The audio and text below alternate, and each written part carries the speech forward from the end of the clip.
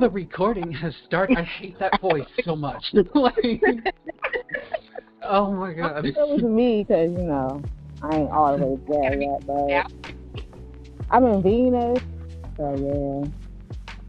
Okay, everybody check again. It's me, Ling. T-Red. Neurotic Nico. Jeannie. And the dramatic Bichette's Beauty. We say the best for last. You sure you Welcome to Chronically Ch, everyone. This is gonna get so fun. Like, oh my god. I'm dramatic too. So today's episode, which is our pilot one, is going to be The Disabled Are Doing It? Intimate Relationships and Disability. Sound off. Who's going first? I go first. we should have figured this out before. I'll go last because I'm the guy. Ladies first, okay? Let the baby go first. To be honest, being disabled, yes, I still do it with, it gets hard, but I mean, we still got a life too, our body parts still work again. Even though we have other issues going on, neurologically wise, but I mean, we all still human, man, at the end of the day. We got needs. Amen. I got a weak leg, but somebody will hold it up. Oh, geez. I missed that, and I'm pretty sure I'm glad I missed it. If there's a will, there's a way. Hello. Definitely. You right about that? Hello. That's why you need to invest batteries. Look. I'm tired of the battery Janet. I would never do that in my entire life. I could never. You could never what? Use a toy. I couldn't Are never you do too that. good for no? No, so she acting too bougie for me. Time of mine.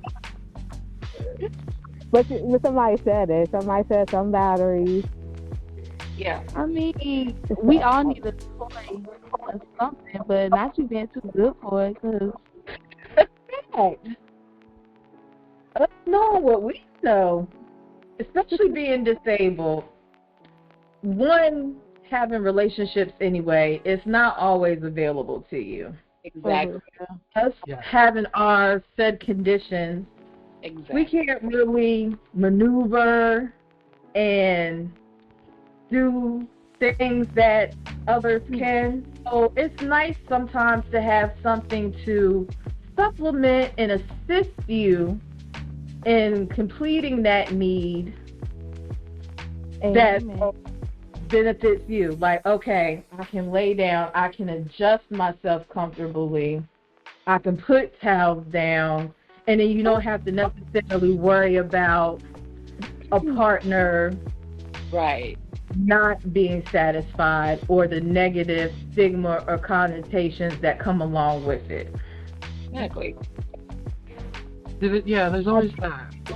There's always that, like, background, like, just thought in your brain, like, what if I'm not good enough for this person? So it's like having those things there to help you in the bedroom can actually make things easier for everyone. And it's just like, maybe you don't need them all the time, but just having them there is just like that state of mind that it's just like, okay, I got this as a backup, But, Right. You gotta have plan B. You gotta have your plan B. Right. I'm with you, twin. Exactly. You got to have a plan B. Sometimes it's plans to C. But Well, you'll always fall and Virgos, we got A through Z, 1 through 7, and then like 2 side steps. and then it's like, there's always like alternatives. When in doubt, there's always mouth stuff. But I'm with you when you're right, Nico. You're right there. Yeah. You can pay for that. I'll allow it. Don't start, T-Red. Calm down. But I'll aside allow from it. the physical aspects of it, like intimate relationships are also emotional and mental. Yeah. And I think that aspect is left out as well. Of course, they don't think we're doing anything because whenever someone pictures someone disabled, they're thinking they're either bedridden or stuck in a wheelchair, which is not the case because, as we have been saying in our shorts, like, disability don't have a look. There's no dress No, code. for real. No. Everything is a stigma when it comes to that. Yeah. But definitely, I think aside from not just addressing the sex aspect of it, the intimate aspect of it, as far as having that emotional bond with someone on a romantic level and how difficult that can be because people don't want to bond with you because they almost see you less than human when you have a disability. Or it could be Right. because you don't want to put that burden on someone in an intimate way. It gets to the point where you want that, you want intimacy, you want fun, but at a certain point, you're scared for them to see you at the part. Like, if they witness a seizure, they're going to stick around. Are they going to be there for you? Yeah. That's why when I go in, when I have epilepsy, it's not a secret. I'm not hiding it. So if we're going to go there, we need to know. No, So, seriously, from the beginning, now I'm gonna let you know off rip. Yeah. I don't want us to be out and then it happen and you just be like, why didn't you tell me? That's why nowadays you have to be upfront, especially having that, as a chronic illness because you never know. But for me, it's the complete opposite. My physical health don't affect my sex. Like, it's my mental health that affects it. Because if you done piss me off one or too many times, don't come near me, don't touch me, don't look at me. Hell, I don't even want you to sleep in the same bed, but here we are. Like, the mental part is what gets me. I Because feel that. it's like, it's so much. I'm like, with my ex, for example, like, it was like 1 minute he's like going off on me, the next minute he's like lovey dovey, and I'm like, yo, you were just going in on me like 2 seconds ago. Like, where are you going? You know what I'm saying? Like, leave me alone, please. Like, you just went in on me. Like, give me a moment to myself. Like, I just like that was the most eye-opening thing ever. I'm like, and I thought I was bipolar, but anyway, like, Dr. Jekyll, Mr. Hyde. It sounds like with him that he also has some mental health aspects that he wasn't holding himself. Addressing. I And noticed it. you. I've noticed it because he lost somebody that was close to him. You know what I'm saying? Sorry, that was my But that's loving not- mother. My bad. He suffered a loss, and we talked about it. He would ask me. He was like, "Well, do you think I might suffer from like depression or bipolar?" I'd be like, "Yeah," and I mean that. And yeah, you do, because you haven't dealt with the real issues because you didn't have time to deal with it. But yeah, so that just affected my intimacy more than anything. Because if I'm like mentally checked out, I'm just not here for it. And if I am, however, excuse my language, just give me a quickie and let's be done. Like, that was me towards the end of my relationship. I'm sorry, but No, you. Oh my God, I feel Oh, you that. trying 'Cause to really honest, because it was a mental thing. I mentally checked out before I physically left a relationship. Like, I was mentally checked out. I just was like, all right, let's. I think that is something that discuss when you first start dating someone, that you do have those aspects of yourself that go through those stages, so your partner is aware. It's specifically, like, especially in this case with your ex who suffered from similar things, y'all kind of could have been negative catalysts for each other and triggered each other. Right. So if you have that because I think, like, I met him when I was going through a depression. So you're not So you're I already not was, making the best decisions with like it. I know. Oh, I like now clearing back. I was like, yo, what the fuck were you thinking? I feel Like that I was so going hard. through so. I lost custody of my son. His father wasn't there for me. I got to go to court about my cousin getting my son so he can stay in the family. Like I was going through so much, mind you. I'm just getting back on my depression medicine because I was pregnant. You know what I'm saying? So it's like I'm going through so many hormonal changes, and I'm trying to take medicine to control it. It was just a lot, and I'm like, yo, you know, like now I know better, See, but and I I think think that's why I missed a lot of stuff in the beginning. there's always this like this. I don't know how to put it because I always have this worry that you know something's going to go wrong with me during anything, like because it's like T said, it's more of a mental aspect. Like if I'm not with my specific with my specific illness, MS, it's I can't overwork myself in like any way, or else I'll have a flare up. And if that happens during an intimate relationship, we're getting intimate. It's both awkward and it's mortifying in a way that this person has to see me at my worst, and are they gonna stick around after this? And it's just sometimes you make sacrifices, like you're like, okay, this person isn't the best person to be with, but I am how I am now, and that source an option. Yeah, they're here, and it's just like sometimes you just wake up from that, and it's like, what the fuck was I thinking? Like, oh my god.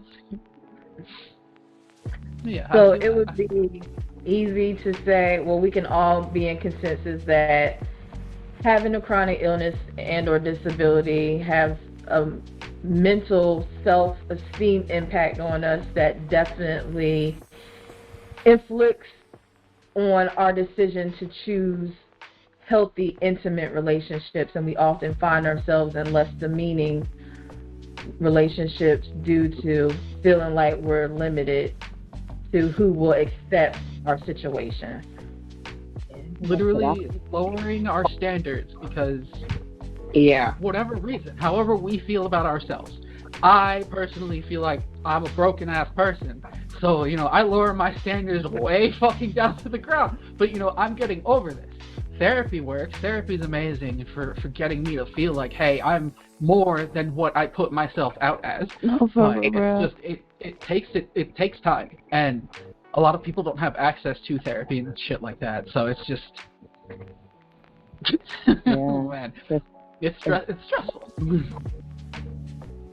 That's 8 years I ain't getting back.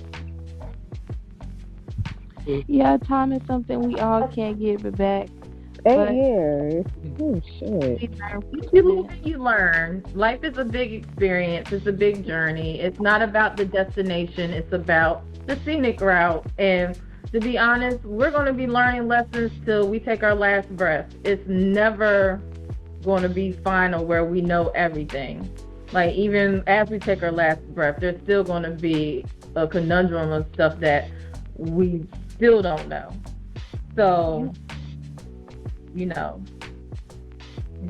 is. Don't beat yourself up if you didn't know something at a certain time, because life doesn't come with no manual. It's so hard for me to not beat myself up. It is so hard. Because all the stuff that happened, so I was just like, that's like having it's kind of hard. It doesn't come with a manual. All we got to do is just fight. Yeah, that's literally what I was crying over before. Like, fucking, I was going over the things that, were obviously MS way back. But then I didn't know. And then it made me feel so stupid, but, I had to get over that feeling, because who the fuck knows these things? Like, you're not born with a manual that says, this is what MS is, this is what epilepsy is. If you experience this, this, and this, Yeah. you probably have it. So Damn sure. it's hard, and Right. it's how that factors into like relationships and things. It's like, it's oh my god, I have so much to say about this, but I don't want to take all the time. No. You said No, but- you would say to you for last. Let it out. Let it out. It's genuinely just, like, we learn so much more than other people have to. And with that comes with, we also have to learn that our limitations are actual limitations, but it doesn't mean that we deserve less. We deserve as much as everyone else when it comes to relationships, when it comes to intimacy. And that's sort of just a hurdle to get over, for me anyway. Yeah. Ugh. It's a lot to take on. That's why I ended up with so many FWB relationships.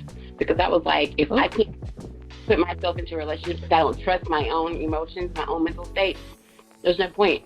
If it's just about intimacy, take off the intimacy part, stick it to the, just like pull it apart. But then I'm an emotional person. I get attached really fast and really quick.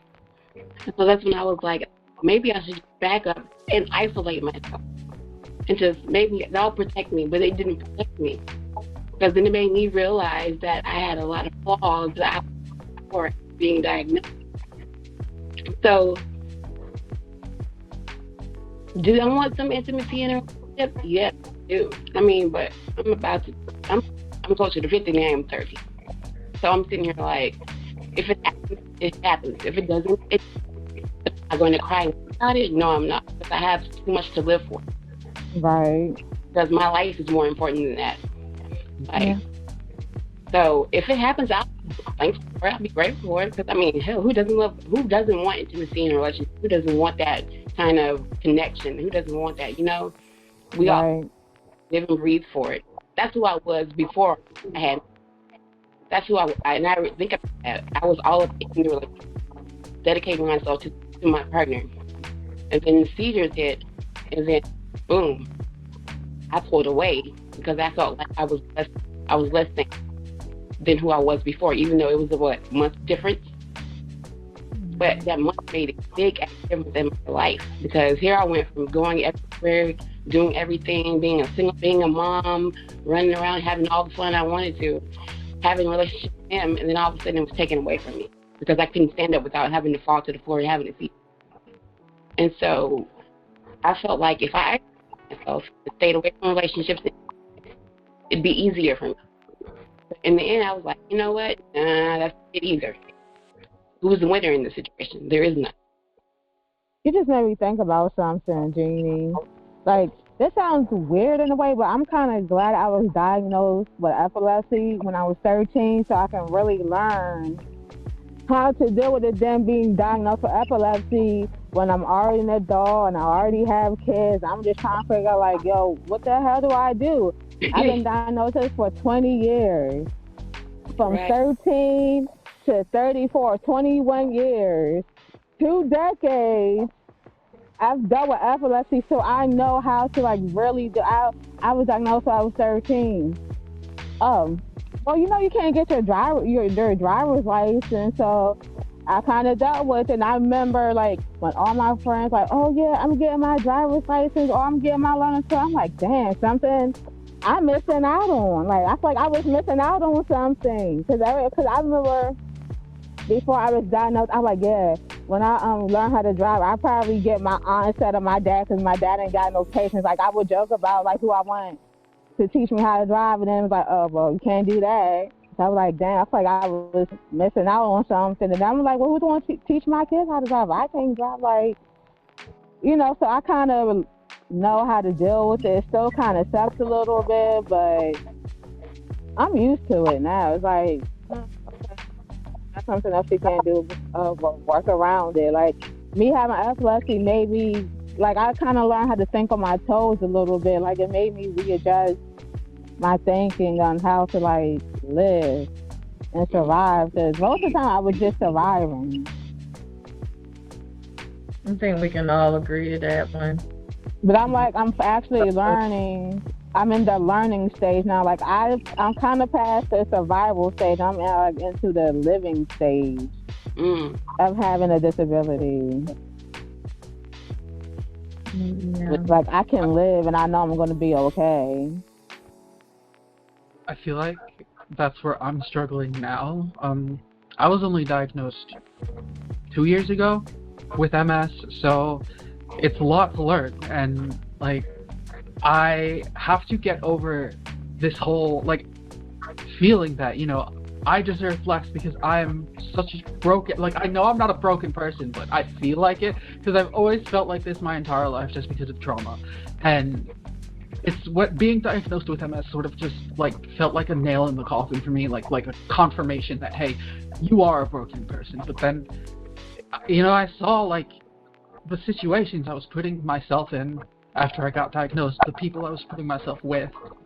It's just they weren't good people. And In there. I feel like that's where like everything factors in because it's just like.